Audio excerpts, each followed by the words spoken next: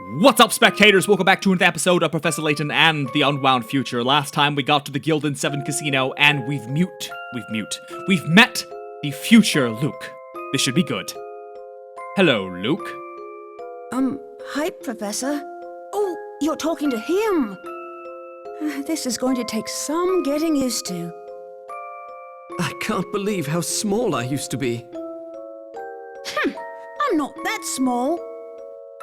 So tell me, why exactly did you go through such pains to bring us here? I'll be happy to tell you in just a moment. But before that, I'd just like to verify that I'm dealing with the real Professor Layton here. Who else would I be? Allow me to explain. In my London, it's rare to find someone who doesn't know the name Herschel Layton. In fact, many imposters have come forth recently claiming to be him. Are you saying you think the Professor is a fraud?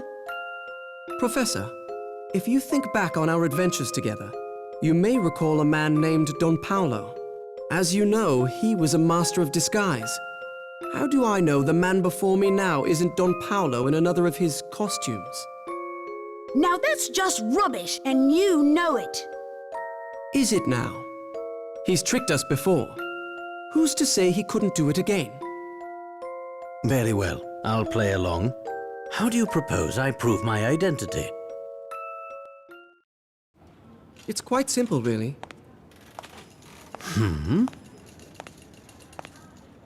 Professor, I challenge you to a battle of wits. More cutscene! What exactly do you have in mind? Ooh, what song is this? As a cautious man, I'm sure you have questions about my identity as well. So that we may each prove our identities, I propose we demonstrate our respective intellects. I prepared a puzzle that can only be solved by someone as insightful as the Professor. Should you find the solution, I'll give you a chance to present me with a similar challenge. If I am who I say I am, I should have no trouble solving whatever you throw my way, should I? Let's get started. Before us are 4 cards arranged according to a set of conditions. Ooh, I'm getting goosebumps from this music. I'm getting so excited. Oh! First, a heart is next to a diamond. Second, a club is not next to a spade. Finally, a heart is directly to the right of a club. Using just 3 conditions, I challenge you to find the spade amongst these 4 cards. Okay? A heart is next to a diamond. Let me write this in the memo. A heart is next to a diamond, which is either here or here. A club is not next to a spade.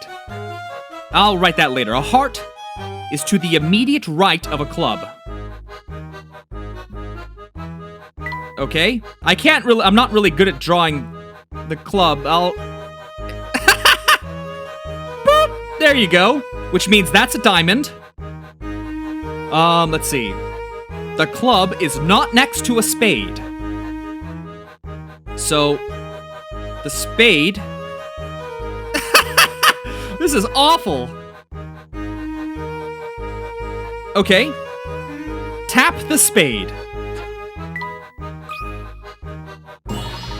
Yes, placing the spade there results in the correct answer. Impressive, Professor.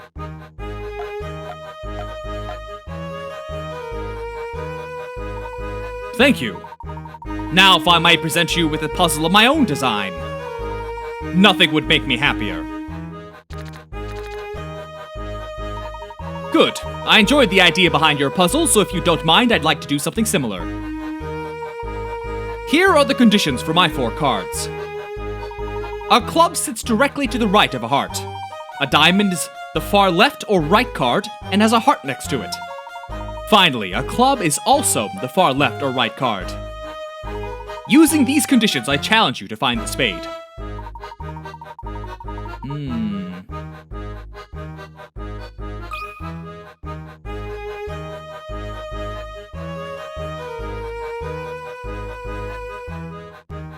I was convinced I would have to solve it. You almost had me there, Professor, but as you know, this puzzle is flawed. It's unsolvable. Is that so? Yes, I tried several solutions, but none work given the conditions you've set forth. Oh, really? Tell me, did I ever state that the 4 cards on the table contained 1 card from each suit? So, are you saying that there is no spade?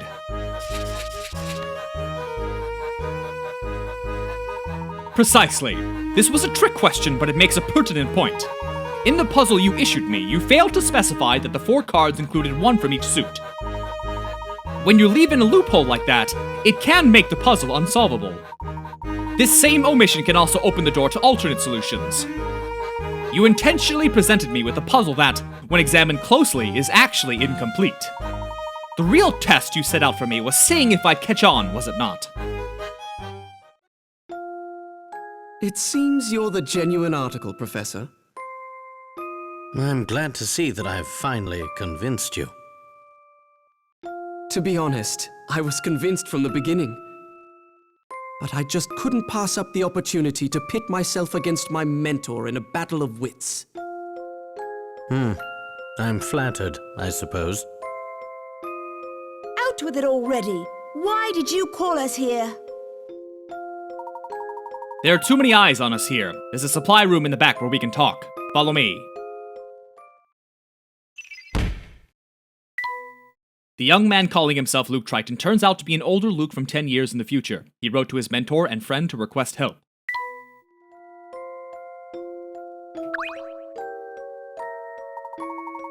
Layton, Luke, welcome to London of the future.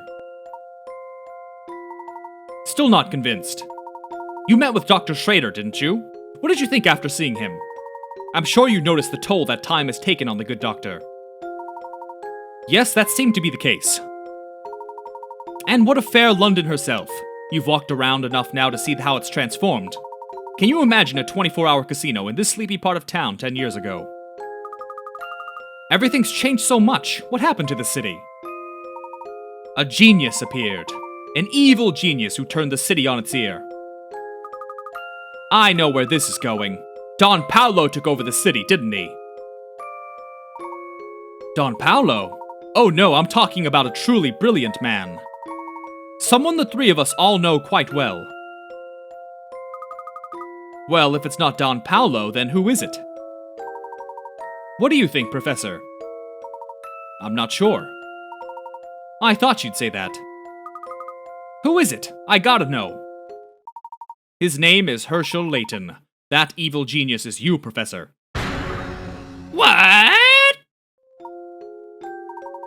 I was afraid you'd say that. That can't possibly be right. I'm sad to say that there's no mistake here. They call him the Devil in the Top Hat, and he rules London from the shadows. This is common knowledge to everyone in London.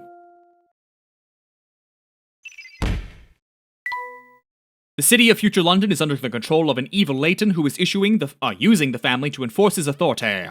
The sight of the professor, who looks the same as his future self, is enough to spark fear in the townspeople. Tell me more, Luke. More? I don't know any more than you do, Professor. I'm referring to the other Luke. Goodness, this is getting rather complicated, isn't it? Tell me, Luke, how do I rise to rule over all of London? Where to begin? Here, Professor. Surely you remember this.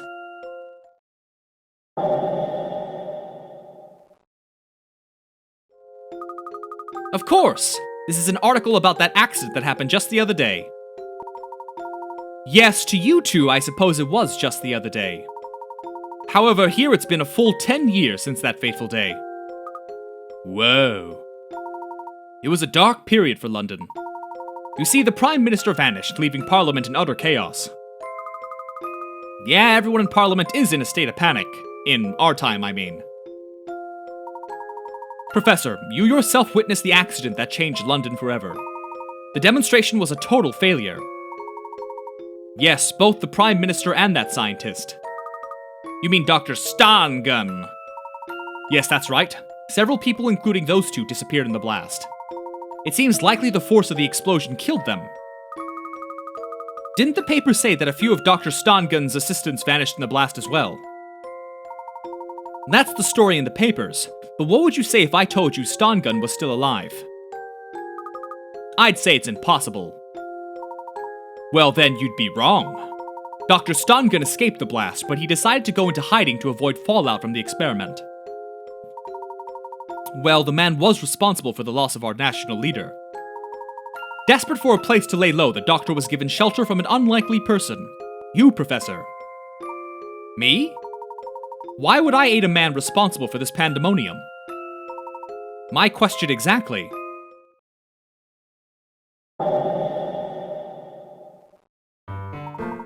In the months that followed the explosion, you slowly grew distant from me. Before long, you began fraternizing with key figures of the criminal underworld. The Professor? Never. Don't be so sure. Time has a way of changing people, Luke. It was clear that something about Stongun's research captivated you, Professor. You couldn't stop talking about time travel. You seemed possessed by the idea of changing the past. Changing the past? Dr. Stongun was very interested in continuing his research, but he needed financial backing to do it. So you used your superior intellect to assume control of London's underworld. No way! Of course, there were those who tried to stop you, but no one was a match for your smarts. Before long, you were raking in the pounds from all sorts of dirty business. With all the funding he needed, it wasn't long before Stongun completed his work. Completed it, you say? That's right. He built the time machine in the Midland Road clock shop. Though I suppose completed is an odd choice of words, as the machine is far from complete. How so? It doesn't allow users to select their destination, nor where they will reappear in the flow of time. It simply opens a hole of sorts in between two areas of time. You mean a wormhole? Precisely, and by sheer chance. The machine opened a wormhole in the clock shop that spans the 10 years between our two times. This gives us the ability to move back and forth between your present and mine. So you use the wormhole to get the message to us and to bring us here. But one thing is bothering me. This wormhole was obviously very important to my future self. Surely the Layton of this era must keep a close eye on the place. How did you gain access to it? I'll get to that, but right now there's more pressing business I'd like to attend to. Go on then. Tell us why you called us here. Always one step ahead of me. You haven't lost your touch, Professor. I wish to enlist your help in stopping the future Herschel Layton. You want me to stop myself? Even as we speak, future Layton is racing to complete a fully operational time machine. He's been ducking back into the past to gather every bright scientist working in time travel. But why bother going back through time to find scientists? There must be plenty here. Actually, many of the experts in the field were lost when Stongun's demonstration went awry. Therefore, Layton had no choice but to travel back to before the blast in order to gather talent. Things are bad already. But if Layton manages to build a working time machine, there's no telling what could happen. Someone has to stop him from completing his scheme, but the only person up to the challenge is me. That's what you're going to say, isn't it? Exactly. We have to fight fire with fire. No one else stands a chance against him. But how? I'm unfamiliar with my current surroundings and I have no clue where to find the man. That's one obstacle we'll have to overcome together. Layton's actions are shrouded in secrecy. But his base of operations is well known. We can start our search for him there. You mean this casino isn't the future professor's headquarters? No, this facility is just one of the many ways he makes money. His actual headquarters is in the heart of Chinatown. Let's visit the place and see if we can't learn something more. Just so you know, Luke, there's still quite a bit that I find dubious about the situation. Much is still unclear, but the only way to get to the bottom of this is to meet the man claiming to be me.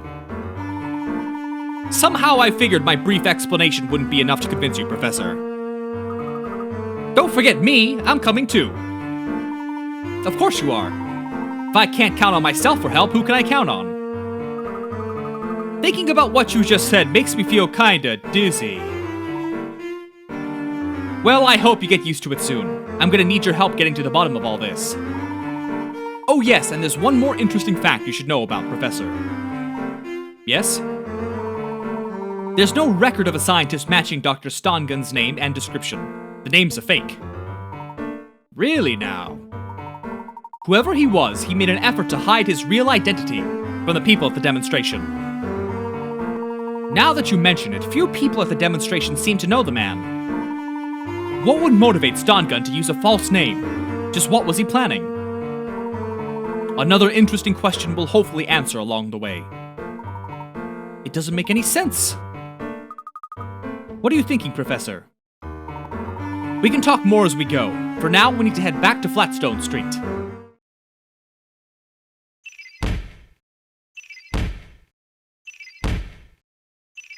Oh my. The future Herschel Layton is a crime lord who terrorizes London with his gang of thugs. Known and feared by Londoners as the Devil in the Top Hat, how could this model English gentleman have turned into such a monster? If he did turn into a monster. Dr. Stongun is the scientist who unveiled the time machine, but no records exist of a scientist by that name. He must be using an alias to hide his real identity. So who is he? A grown-up Luke used a time machine to send the letter back 10 years in time. In the letter, this Luke requests the professor's help. Head to Flatstone Street. I will do that in a moment.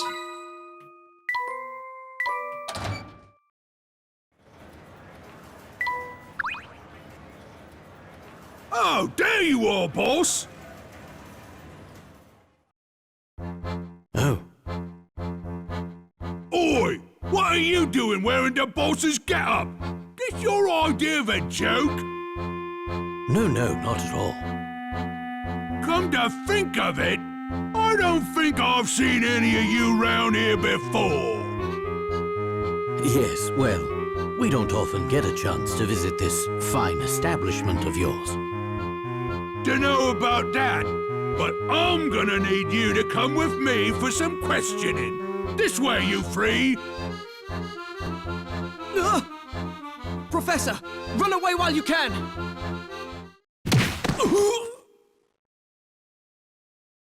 Oh no!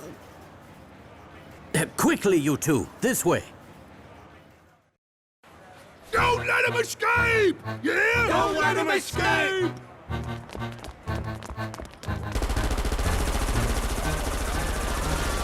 Jesus! These Agent Smiths are gonna kill everybody!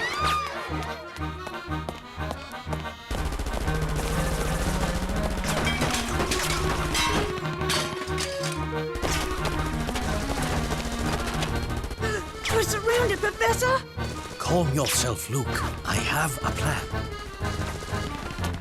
Wait! Where are you going?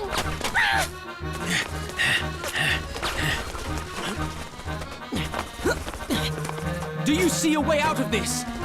I do, but I'll need your help.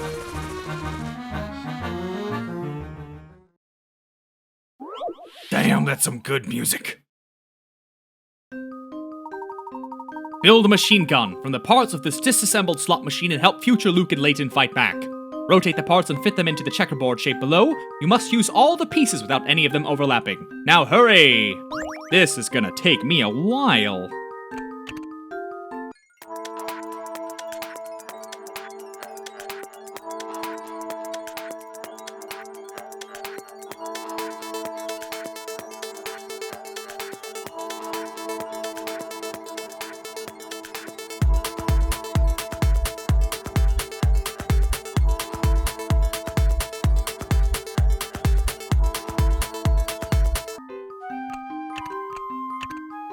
Oh, okay. I've got a good feeling about this one.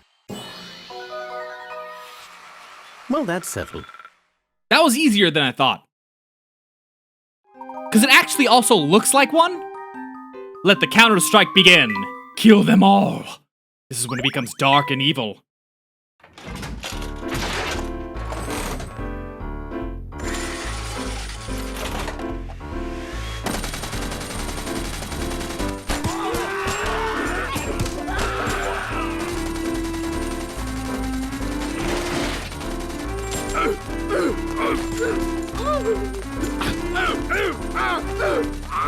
We can't win this fight!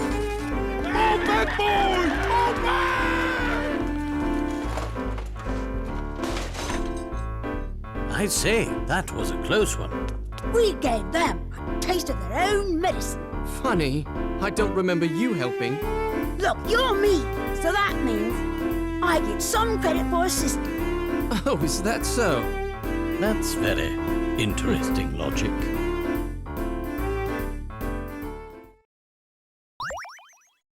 That went pretty well. And this is a fantastic place to end this episode. So stay tuned for the next one, and thanks for watching. Bye-bye.